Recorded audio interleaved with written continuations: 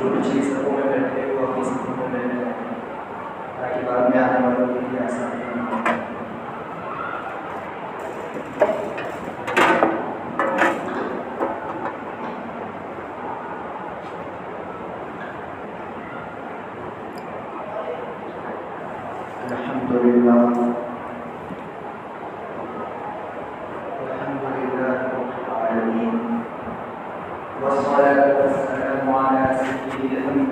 والمرسلين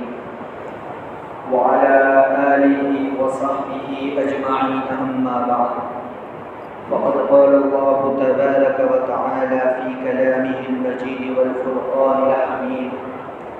فأعوذ بالله من الشيطان الرجيم بسم الله الرحمن الرحيم ووصى بها إبراهيم بنيه ويعقوب يا بني إن الله اصطفى لكم الدين فلا تموتن إلا وأنتم مسلمون أم كنتم شهداء إذ حضر يعقوب الموت إذ قال لبنيه ما تعبدون من بعدي قالوا نعبد إلهك وإله آبائك إبراهيم وإسماعيل وإسحاق إلها واحدا ونحن له مسلمون صدق الله العلي العظيم وقال النبي صلى الله عليه وسلم طلب العلم فريضة على كل مسلم أو كما قال عليه الصلاة والسلام۔ برادران اسلام، اللہ رب العزت کا فضل عظیم اور احسان عظیم ہے کہ اللہ رب العزت نے مجھے اور آپ کو ایمان جیسی عظیم الشان نعمت عطا فرمائی۔ اس دنیا کے اندر بے شمار مذاہب کے ماننے والے لوگ موجود ہیں، ہزاروں کی تعداد میں لوگ اپنے اپنے مذہب اور عقیدے کو مان کر اسی میں نجات کو سمجھتے ہیں، لیکن اللہ کا شکر ہے کہ اللہ نے ان لاکھوں کروڑوں لوگوں کے مقابلے میں جو سچا دین ہے، دین اسلام مجھے اور آپ کو عطا فرمایا۔ اس لیے کہ دین اسلام ہی وہ دین ہے جس کو اللہ نے اس امت کے لیے قبول فرمایا، اس امت کے لیے پسند فرمایا، اور دین اسلام ہی وہ دین ہے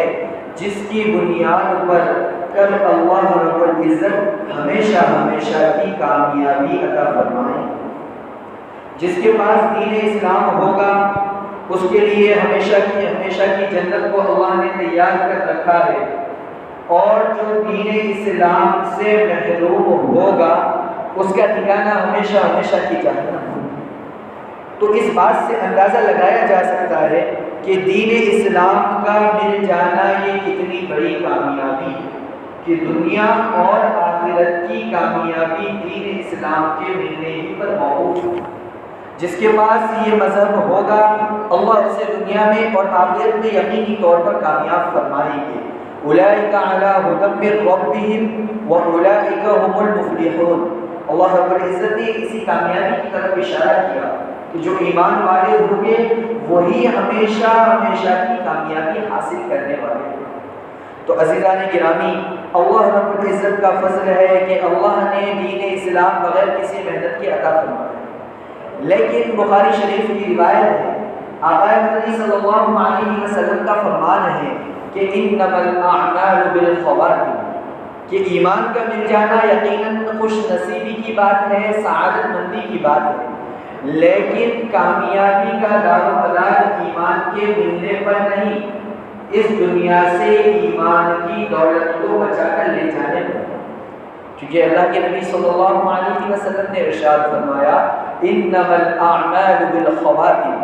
کہ اعمال کا اعتبار تو آخری موقع پر ہوتا ہے کہ ساری زندگی تو ایمان کی حالت میں گزار دی، لیکن جاتے وقت اس دنیا سے جاتے وقت دل کی کیا کیفیت تھی، اس اعتبار سے آخرت کے فیصلے ہوتے ہیں۔ تو جہاں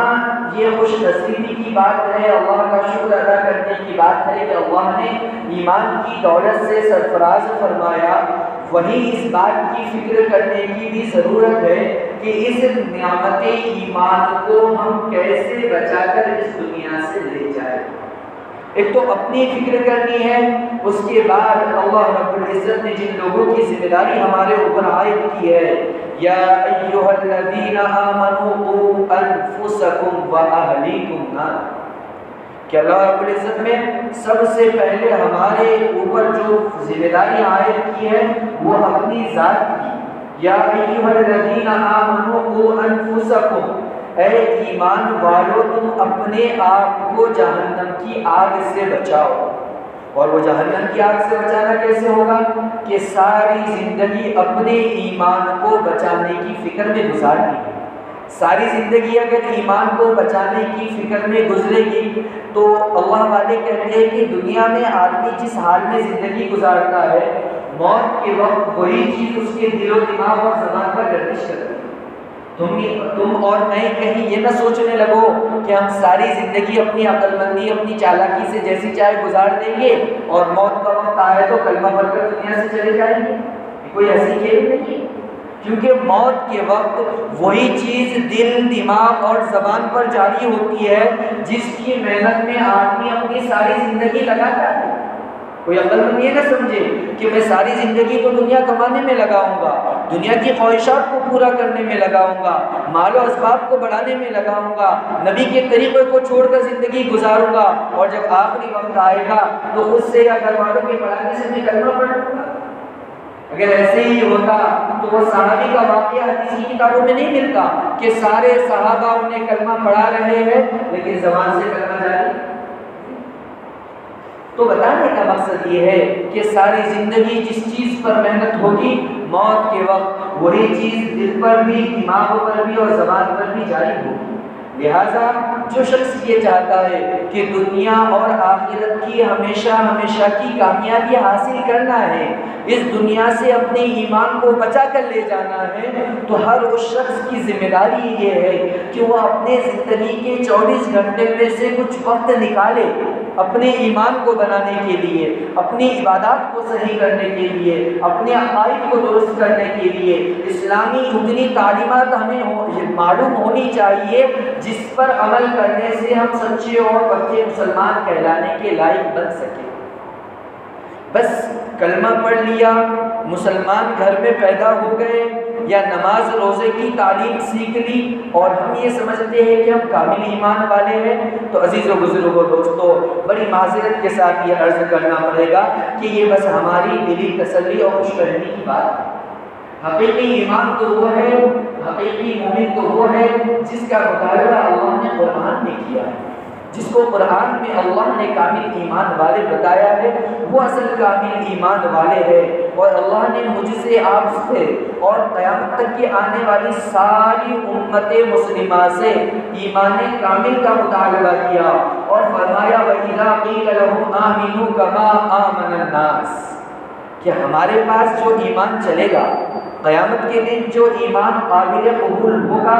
وہ ہر کس اور ناقص کا ایمان قابل قبول نہیں ہوگا۔ قیامت کے دن اللہ کے پاس وہی ایمان قابل قبول ہوگا جو صحابہ والا ایمان ہوگا، جس ایمان کی کیفیت صحابہ کے ایمان جیسی ہوگی یا ان کے جیسی بنانے کی کوشش میں زندگی لگا دی ہوگی، اللہ فرماتے ہیں وہی ایمان کا قیامت کے دن قابل قبول ہوگا۔ تو عزیزان گرامی، میری اور آپ کی ذمہ داری ہے کہ سب سے پہلے ہم اپنی ذات کو جہنم کی آگ سے بچانے کی فکر میں لگ جائیں۔ اس سے آگے بڑھ کے اللہ نے مجھ پر، آپ پر، ساری امت پر ایک دوسری ذمہ داری دی اور ارشاد فرمایا یا ایھا الذین آمنوا قوا انفسکم واہلیکم، اے ایمان والو تم اپنے آپ کو جہنم کی آگ سے بچاؤ اور ساتھ ساتھ اپنے گھر والوں کو بھی جہنم کی آگ سے بچاؤ۔ گھر والوں کی دنیاوی ضرورتوں کو پورا کرنا جیسے تمہاری ذمہ داری ہے، اسی طرح گھر والوں کو جہنم کی آگ سے بچانے کی تعلیم دینا یہ بھی تمہاری ذمہ داری ہے۔ جس طرح اگر تم نے گھر والوں کی دنیاوی ضرورتوں کو پورا نہیں کیا تو دنیا والے تم سے معاوضہ کریں گے، سوال کریں گے کہ کیسا باپ ہے، کیسا بھائی ہے، کیسا شوہر ہے، اپنے گھر والوں کی دنیاوی ضرورتوں کو پورا نہیں کرتا۔ اسی طرح جو باپ بھائی شوہر اپنے گھر والوں کی دینی اور آخرت کی ضرورتوں کو پورا نہیں کرتا، کل قیامت کے دن اللہ اس سے سوال پوچھیں گے کہ تو ان کی دنیاوی ہر ضرورت کو پورا کیا کرتا تھا، تو نے آخرت کی ضرورت کو کیوں پورا نہیں کیا؟ کل قیامت کے دن سوال ہوگا۔ تو سوچو عزیزوں، اس وقت ہم کیا جواب دے سکتے ہیں کہ اپنے اولاد کی دینداری کی فکر کرنا، ان کو مکمل اسلامی شریعت پر عمل کرانے کی ذمہ داری میری اور آپ کی ہے۔ اللہ کل مجھ سے اور آپ سے اس کا سوال کرے گا کہ حضرت ابراہیم علیہ السلام کو دیکھو کہ انبیاء علیہ السلام جو کہ اللہ کے برگزیدہ بندے شمار کیے جاتے ہیں، انبیاء علیہ السلام جو دنیا کی سب سے مقدس شخصیات ہیں، اللہ رب العزت کے بعد، آقا مدنی صلی اللہ علیہ وسلم کے بعد اگر دنیا کے اندر سب سے مقدس گروہ ہے تو انبیاء علیہ السلام کا گروہ۔ لیکن دیکھو انبیاء علیہ السلام کو بھی کیسے اپنے جانے کے بعد اپنی نسلوں کی ایمان کی فکر تھی۔ انبیاء علیہ السلام کو اپنے دنیا سے جانے کے بعد اپنے نسلوں کے ایمان کی کیسی فکر تھی؟ آقا خالق کی کائنات، خالق ارض و سما، اللہ رب العزت نے سورہ بقرہ کے اندر اس کا نقشہ کھینچا۔ سورہ بقرہ کے اندر اللہ نے حضرت ابراہیم علیہ السلام، حضرت اسحاق علیہ السلام کے واقعے کو ذکر کیا اور اشارہ کیا اس بات کی طرف کہ وَوَصَّى بِهَا إِبْرَاهِيمُ بَنِيهِ وَيَعْقُوبُ، کہ جب حضرت ابراہیم علیہ السلام اور حضرت یعقوب علیہ السلام نے اپنے بچوں کو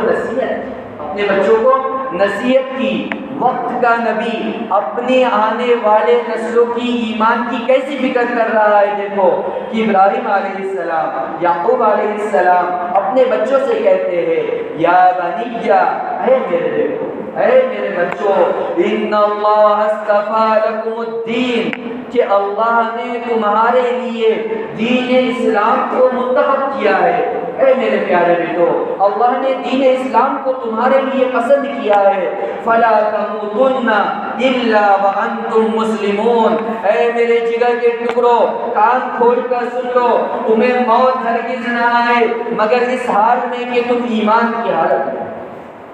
وقت کا نبی اپنی اولاد کو نصیحت کر رہا ہے، کس کے متعلق؟ ایمان کے سلسلے میں۔ آج ہم اپنے ایمان پر مطمئن ہو کر بیٹھ چکے ہیں، لیکن کسی کے اندر اتنی فکر ہے کہ آنے والے وقت میں ملک ہندوستان میں ہمارے نسلوں کے ایمان و یقین کو بچانے کے لیے ہم نے کیا تیاری کر رکھی ہے؟ کسی نے کوئی عملی طور پر اس کی کوئی تیاری کر رکھی ہے؟ وقت کے نبی کو فکر ہے، اور ہمیں کہ بھی فکر ہے اپنے 5 وقت کی نماز، رمضان کے روزوں، مختصر سی عبادت پر ہم مطمئن ہو کر بیٹھ گئے۔ ہم یہ سمجھتے ہیں کہ ہم نے ایمان کا حق ادا کر دیا۔ ہر ایک ایمان والا اپنے دل میں یہ جھانک کر سوچے، اپنے دل سے یہ سوال پوچھے، ہم نے اپنے ایمان کو تو بنا لیا، اپنے روزے نماز کو تو صحیح کر لیا، اپنی آخرت بنانے کی فکر کر لی، لیکن ہم نے آنے والی نسلوں کے ایمان کے لیے کوئی عملی قدم اٹھایا ہے؟ ان کے عقیدے کی حفاظت کے لیے ہم نے کوئی عملی قدم اٹھا کے کچھ محنت کی ہے؟ حضرت یعقوب علیہ السلام کو دیکھو، یعقوب علیہ السلام کا تذکرہ اللہ نے سورہ بقرہ میں کیا، اس سے اگلی آیت میں ام کنتم شہداء اذ حضر یعقوب الموت، اللہ رب العزت حضرت یعقوب علیہ السلام کی جب موت کا وقت آیا تو اس وقت کا تذکرہ کر رہے ہیں اور کہہ رہے ہیں کہ دیکھو جب یعقوب کی موت کا وقت آیا، اذ قال لبنیہ لا ام کنتم شہداء اذ حضر یعقوب الموت اذ قال لبنیہ ما تعبدون من بعدی، یعقوب علیہ السلام اپنے بیٹوں کو جمع کر کے پوچھ رہے ہیں کہ اے میرے بیٹوں بتاؤ تو صحیح، تم میرے بعد، میرے اس دنیا سے جانے کے بعد تم کس کی عبادت کرو؟ کون پوچھ رہا ہے؟ وقت کا نبی۔ ہم اپنے دل پر ہاتھ رکھ کر سوچے، کیا کبھی ہم نے اس سلسلے میں کچھ سوچا بھی ہے کہ وقت کا نبی اپنے بچوں کو سامنے بٹھا کر موت کے وقت پوچھ رہا ہے ما تعبدون من بعدی، اے میرے بیٹو میرے بعد تم کس کی عبادت کرو؟ آج ہم کیا سمجھتے ہیں کہ ہم ایک دیندار ماحول میں وقت گزار رہے ہیں، ہمارے بچے بھی ماشاءاللہ 5 وقت کی نماز پڑھ لیتے ہیں، ہم بھی نمازوں کا اہتمام کرتے ہیں، عبادت کا اہتمام کرتے ہیں، اب ہمارے بچوں کے دینداری کی فکر کرنے کی ضرورت نہیں، وہ تو بنے بنائے دیندار۔ حالانکہ وقت کا نبی، دنیا کی سب سے مقدس شخصیت، اس کو اپنے بچوں کے دین کے بارے میں اتنی فکر ہے کہ موت کے وقت اپنے بچوں کو بلا کر نصیحت کر رہے ہیں، مَا تَعْبُدُونَ مِن بَعْدِی، اے میرے بچوں تم میرے بعد کس کی عبادت کرو گے، تم کس کی پرستش کرو گے؟ تو وہ بیٹے بھی انبیاء علیہ السلام کے بیٹے تھے، وہ ابنائے انبیاء تھے جن کی تربیت نبی کے گھرانے میں ہوئی تھی۔ وہ کہنے لگے قَالُوا نَعْبُدُ إِلَٰهَكَ وَإِلَٰهَ آبَائِكَ إِبْرَاهِيمَ وَإِسْمَاعِيلَ وَإِسْحَاقَ إِلَٰهًا وَاحِدًا وَنَحْنُ لَهُ مُسْلِمُونَ۔ اے ہمارے ابا جی دیکھو ہم جو ہے تو آپ کا جو رب ہے، ابراہیم و اسماعیل علیہ السلام کا جو رب ہے، ہم اس رب کی عبادت کریں گے، وہ رب ایک ہے، وَنَحْنُ لَهُ مُسْلِمُونَ، اور ہم اسی کے فرمانبردار ہونے کی حالت میں زندگی گزاریں گے۔ مفسرین نے یہاں لکھا ہے، بلکہ موجودہ دور کے علماء کرام کا کہنا ہے کہ یعقوب علیہ السلام کا موت کے وقت اپنے بچوں کے ایمان و یقین کی فکر کرنا، یہ خصوصاً ہندوستانی مسلمانوں کو ایک عملی طور پر ایک میسج دیتا ہے۔ کیوں؟ اس لیے کہ یعقوب علیہ السلام کا واقعہ تو آپ نے سنا ہے کہ یہ لوگ اصل میں کنعان کے رہنے والے تھے، لیکن یوسف علیہ السلام جب مصر کے بادشاہ بنے تو یہ لوگ کنعان سے نکل کر ملک شام سے نکل کر مصر پہنچے، اور مصر جانے کے بعد چونکہ بنی اسرائیل کم تعداد میں تھی، اقلیت کا درجہ رکھتی تھی بنی اسرائیل، تو اس لیے حضرت یعقوب علیہ السلام نے اپنے بچوں کی فکر کی، اور آنے والے نسلوں کے ایمان کی فکر کرتے ہوئے موت کے وقت بھی اس فکر کو اپنے اوپر غالب رکھا، اور بچوں سے کہا کہ تم میرے بعد کس کی عبادت کرتے ہو، اور اس کے بعد ان کو اللہ کی عبادت پر جمانے کی کوشش کی۔ تو موجودہ دور کے علماء کا کہنا ہے کہ اس سے خصوصاً ہندوستانی اور عوام کو یہ عملی سبق لینا چاہیے کہ دیکھو ہندوستان کے اندر اہل ایمان بھی تعداد کے اعتبار سے اقلیت میں، اور وہاں پر بنی اسرائیل بھی تعداد کے اعتبار سے اقلیت میں تھی، اور قدرت کا اصول ہے کہ اگر اقلیت میں جو طبقہ ہوتا ہے وہ اپنی مذہبی تعلیمات کو اگر فراموش کر دیتا ہے تو وہ اقلیت اکثریت ان پر غالب آ جاتی ہے، اور وہ اکثریت کی مذہبی تعلیمات کو ہی اپنا ایمان و عقیدہ سمجھنے لگتا ہے۔ بات سمجھنے کی یہ چھوٹی سی بات ہے، لیکن سمجھنے کی بات ہے کہ کیا فرمایا کہ جس علاقے میں جو اقلیت رہتی ہے، یعنی جو لوگ جس مذہب کے ماننے والے تعداد کے اعتبار سے کم رہتے ہیں، اگر وہ لوگ اپنے بچوں کے عقائد کی، ان کے ایمان کو بنانے کی فکر میں نہیں رکھتے، وہ اپنے بچوں کے عقائد و ایمان کو محفوظ رکھنے کی کوشش نہیں کرتے، تو جو اکثریت ہے، چونکہ ظاہر سی بات ہے ان کا اٹھنا بیٹھنا کھانا پینا شادی بیاہ سارے معاملات اکثریت کے ساتھ ہوتے ہیں، تو وہ اقلیت اپنے مسالک کو چھوڑ کر، اپنے عقائد کو چھوڑ کر اکثریت کے تابع ہو جاتی ہے، اور دھیرے دھیرے ایک وقت یہ آتا ہے کہ جو لوگ اقلیت میں تھے وہ اپنے ایمان و عقیدے کو بھلا بیٹھتے ہیں اور اکثریت کے دین کو اپنا لیتے ہیں۔ تو وہ نبی کی فراست تھی، وہ نبی کی ذہانت تھی کہ انہوں نے اتنے دور کے اندیشے کو بھانپ لیا تھا، اور یہ اپنے بیٹے کو بلا کر نصیحت کی تھی کہ بیٹو اپنے ایمان و عقیدے پر مضبوطی کے ساتھ جمے رہنا۔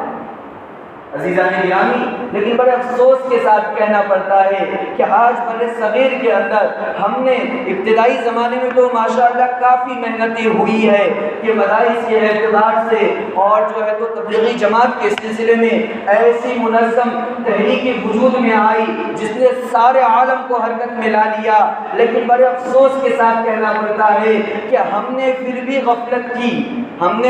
غفلت کی، مدارس بڑے بڑے وجود میں آئے، ہم نے ان کا احترام نہیں کیا، اور بڑی بڑی جماعتیں وجود میں آئی، ہم نے ان کا تعاون نہیں کیا، اس میں لگ کر ہم نے اپنے دین و ایمان کو بچانے کی کوشش نہیں کی، بلکہ جب مدرسے کا کوئی سفیر آتا ہے تو ہم بوجھ سمجھ کر، ہم اس کو جو ہے تو امت کا ایک دم ذلیل طبقہ سمجھ کر اس کو کچھ دے دیتے تھے۔ ہم نے یہ نہیں سمجھا کہ ارے یہ وہ لوگ ہیں جو ہمارے ایمان و عقیدے کی حفاظت کرنے کے لیے خود سوکھی روٹی کھانا گوارا کرتے ہیں، لیکن ہمارے ایمان و عقیدے کو مضبوط نابود کرنے کے لیے یہ لوگ در در بھٹک رہے ہیں، ہم نے کبھی ان کی قدر نہیں کی۔ اللہ مغفرت فرمائے حضرت مولانا الیاس صاحب نفع اللہ مرقدہ کہ انہوں نے اتنی عظیم الشان تحریک کا آغاز کیا کہ آج ساری دنیا ہندوستان پر نشر کرتی ہے کہ اتنی عظیم الشان انقلابی تحریک جس نے سارے عالم میں ایک انقلاب لایا، لیکن افسوس کے ساتھ کہنا پڑتا ہے کہ بتاؤ ہم نے ان کے ساتھ بھی کیا تعاون کیا، کتنا وقت ہم دیتے ہیں، مقامی کام پر ہم کتنا جڑتے ہیں، کتنا وقت ہم اللہ کے راستے میں نکلتے ہیں۔ اگر ہمارا یہی رویہ رہا ان لوگوں کے ساتھ جو ہمارے ایمان و عقیدے کو بچانے کی فکر میں لگے ہوئے ہیں، تو عزیزوں بڑی معذرت کے ساتھ یہ بات کہنی پڑ رہی ہے، ایک دن یہ آئے گا کہ ہماری نسلیں ارتداد کا شکار ہو جائے گی اور ہم کو بچا بھی نہیں سکتے۔ تو اللہ کا شکر منانا چاہیے، جو تنظیمیں بھی، جو تحریکیں بھی وجود میں آتی ہے، جو کچھ انقلابی کام کرنے کی کوشش کرتی ہے، تو ہماری ذمہ داری ہے کہ ہم بڑھ چڑھ کر ان کا تعاون کریں۔ اللہ نے استطاعت دی ہے تو ہم اپنے وقت کو ان کے پاس لگائیں، اللہ نے استطاعت دی ہے ہم اپنے مال کے ذریعے ان کا تعاون کریں، اور یہ دل کو تسلی دے کہ میں اپنی مشغولیت کی وجہ سے، میں اپنی دنیاوی مشغولیت کی وجہ سے وقت نہیں دے سکتا، میں اپنی دنیاوی مشغولیت کی وجہ سے ان کا ساتھ نہیں دے سکتا، لیکن کم سے کم میں ان کے لیے دعائیں تو کر سکتا ہوں، کم سے کم میں ان کا مالی تعاون تو کر سکتا ہوں، تاکہ یہ لوگ ہمارے آنے والی نسلوں کے اندر ایمان اور یقین کی فضا کو قائم کر سکیں۔ عزیزان گرامی، واقعات میں حالات اتنے ناسازگار ہوتے جا رہے ہیں کہ جس کو بیان کرنا الفاظ سے باہر ہے۔ ہم اپنے علاقے میں مطمئن بیٹھے ہیں، ہماری غفلت یہ ہے، ہم یہ سوچتے ہیں کہ ابھی تو پڑوس میں آگ لگی ہے، اب تو اپنا گھر تو مطمئن ہے، یہاں تو کوئی مسئلہ نہیں، سکون سے رہ لیں گے، جب اپنے پاس آگ لگی جب دیکھیں یہ کون سی عقل مندی ہے؟ ملک کے حالات ہمارے سامنے آ رہے ہیں، اتنے ناسازگار حالت ہے، لیکن اس کے باوجود بھی ہم کوئی عملی طور پر قدم اٹھانے کے لیے تیار نہیں کہ 2020 کے اندر حکومت نے ایک نئی تعلیمی پالیسی کو جو ہے تو کیا کر دیا، پاس کر چکی ہے، جس کے اندر جو نیا تعلیمی نظام آنے والا ہے حکومت سے وہ پاس ہو چکا ہے، منظور ہو چکا ہے، اب وہ تعلیمی نظام جو ہے تو سارے ملک میں نافذ ہونے والا ہے۔ ہمارے علاقہ دکن کے مشہور و معروف عالم دین حضرت مولانا عبدالقوی صاحب، انہوں نے اس سارے نظام کا جائزہ لیا، باقاعدہ وہ تاریخ کے ساتھ، ان اپلیکیشنوں کے ساتھ انہوں نے اس بات کو ایک مجلس کے اندر کھول کر بیان کیا کہ ہندوستان کے اندر ایک ایسا تعلیمی نظام قائم ہونے والا ہے جو ہمارے بچوں کو مشرکانہ ذہنیت کے ساتھ پروان چڑھائے۔ یہ بات یقینی طور پر کہی جا سکتی ہے، کیونکہ کہنے والا کوئی عام آدمی نہیں ہے اور کہیں بھی کسی عام جگہ نہیں گئی ہے، بلکہ گجرات کے اندر تمام صوبہ گجرات کے علماء کا بہت بڑا اجتماع تھا۔ علماء کے مجموعے کے اندر اپنے علاقے کے ایک مشہور و معروف عالم دین نے اس بات کو بڑے اعتماد کے ساتھ کہا کہ نیا جو تعلیمی نظام آنے والا ہے، ویسے تو ہر ملک کا اصول ہوتا ہے کہ ہر 30 سال کے بعد تعلیمی پالیسی کو چینج کیا جائے، کیونکہ ہر کچھ زمانے کے بعد زمانہ اپڈیٹ ہوتا ہے، لوگوں کی ذہنیت الگ الگ ہوتی ہے، تو ہر 30 سال کے بعد تعلیمی نظام کو تبدیل کر دیا جاتا ہے۔ اب جب تعلیمی نظام کو تبدیل کیا جاتا ہے، اس سے پہلے ہمارے ملک میں 2 مرتبہ ہو بھی چکا ہے، لیکن اب جب تیسری مرتبہ اب یہ تعلیمی نظام کو تبدیل کرنے کی جو پالیسی بنائی گئی، اس میں باقاعدہ پلاننگ کے تحت ایسے لوگوں کو شریک کیا گیا جو مذہب اسلام سے نفرت رکھنے والے ہیں، اور تعلیمی نصاب کو ایسے مرتب کیا گیا جس کے اندر ملحدانہ مشرکانہ عقائد کو ڈالا گیا۔ تو عزیزوں بزرگوں دوستوں، بتاؤ ہم اپنے بچوں کے ایمان و یقین کو کیسے بچا سکتے ہیں؟ جب بچہ پہلی سے لے کر آگے تک تمام کلاسوں میں وہ مشرکانہ اور ملحدانہ نصاب کو پڑھے گا، تو کیا اس کے ذہن میں وہ مشرکانہ اور ملحدانہ باتیں نہیں بیٹھ جائیں گی؟ آج ہم یہ سمجھ رہے ہیں کہ ہم ایمان والے ہیں، ہمارے بچے ایمان والے ہیں، لیکن جب وہ تعلیمی نصاب قائم ہو جائے گا، وہ تعلیمی نصاب زبردستی لاگو کر دیا جائے گا، تو اس کے بعد ہم اپنے بچوں کے عقائد اور مسائل کی حفاظت کیسے کر سکتے ہیں؟ ذہن میں یہ خیال آئے گا کہ ہم اپنے بچوں کو اسکولوں میں نہیں بھیجیں گے۔ اگر ہم بچوں کو اسکول میں نہیں بھیجیں گے تو بھی بچوں کے مستقبل کا کیا ہوگا؟ اس لیے علماء کرام فرما رہے ہیں کہ کوئی ایسا راستہ اختیار کرنا چاہیے اور اس کے لیے ابھی سے ہمیں عملی قدم اٹھانا چاہیے کہ ہمارے کچھ بچے مدارس کے اندر جائیں، وہاں جا کر دینی تعلیم حاصل کریں، قرآن و حدیث کی تعلیم حاصل کریں۔ اس کے علاوہ جو بچے ہمارے اسکول کے اندر جاتے ہیں انہیں ہم خوشی سے اسکول کے اندر بھیجیں، لیکن ساتھ ساتھ ان کی دینی تعلیم کا مستحکم انتظام کریں۔ الفاظ پر غور کرنا، میں یہ نہیں کہہ رہا ہوں کہ اپنے بچوں کی دینی تعلیم کا انتظام کریں، اپنے بچوں کے دینی تعلیم کا مستحکم انتظام ہونا چاہیے، تاکہ جب وہ وہاں جا کر مریدانہ اور مشرکانہ عقائد کو پڑھ کر آئے، مکتب کے اندر تشریف لائے، وہاں آ کر انہیں بتایا جائے کہ نہیں، کرنے والی ذات اللہ کی ہے، کسی کے کرنے سے کچھ نہیں ہوتا، میرے اور آپ کی جو نبی ہے وہ آخری نبی ہے، آقا مدنی صلی اللہ علیہ وسلم اس کائنات کی سب سے عظیم شخصیت ہے۔ یہ ساری باتیں ان کے دل و دماغ میں راسخ کرنے کے لیے ہمیں اپنے مکاتب کے نظام کو مستحکم اور منظم کرنا پڑے گا۔ تمام علماء کرام کا یہی منشا ہے۔ گجرات کے اندر جا کر دیکھو، حیدرآباد کے اندر جا کر دیکھو، ہر علماء کرام ہر مجلس میں یہی رونا رو رہے ہیں، لیکن امت ہے کہ خواب غفلت میں کوئی نہیں ہے۔ ہر جگہ یہی رونا ہے کہ اپنے بچوں کے ایمان و یقین کو بچانے کی فکر کرو۔ ارے تم چلے جاؤ گے، لیکن 100 سال کے بعد کیا تم گارنٹی کے ساتھ کہہ سکتے ہو تم نے کوئی ایسا عملی قدم اٹھایا ہے کہ جس کی وجہ سے تمہیں یقین ہو کہ 100 سال کے بعد بھی ہمارے بچے کلمہ پڑھنے والے رہیں گے؟ کوئی ایسا عملی قدم اٹھایا ہے؟ بس دعائیں کرنے سے اگر کام ہو جاتا تو میرا نبی غزوہ بدر اور تبوک میں کبھی نہیں جاتا۔ عملی قدم اٹھانا پڑتا ہے، عملی قدم اٹھانے کے بعد کچھ کام ہوتا ہے۔ اگر دعاؤں اور ذکروں سے کام ہو جاتا تو اللہ کی قسم میرے نبی کی داد کبھی شہید نہیں ہوتے، انہیں خون آلود ہونا نہیں پڑتا، حضرت حمزہ کبھی شہید نہیں ہوتے اگر دعاؤں سے کام چل جاتا۔ یہ ہزاروں مسلمان شہداء کی شہادت، نبی کے منہ سے ٹپکتا ہوا خون، غزوہ احد میں نبی کے سر سے بہتا ہوا خون مجھے اور آپ سے چلا کر یہ کہہ رہا ہے کہ مسلمانوں بس دعاؤں پر اکتفا مت کرو، میدان عمل میں آ کر کچھ ایسا عملی قدم اختیار کرو کہ تم مرنے سے پہلے خوشی کے ساتھ اور یقین کے ساتھ یہ کہہ سکو کہ الحمدللہ میں تو اس دنیا سے جا رہا ہوں، لیکن میں یقین کے ساتھ کہہ سکتا ہوں کہ آنے والی نسلیں 100 سال تک کلمہ ایمان پر زندہ رہے۔